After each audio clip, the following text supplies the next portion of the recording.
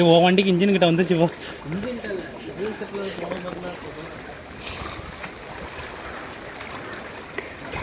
ஒன்று பண்ணலாமா, 2 செங்கல் எடுத்து வண்டி மேலே நிப்பாட்டிடலாமா?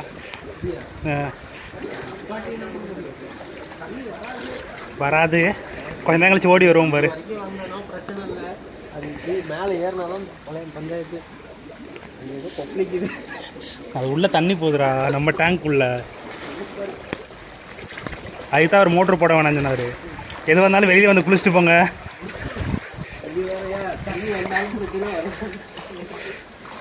என்னடா அது கரண்டே உள்ளே வந்துடும் போலடா. இங்கே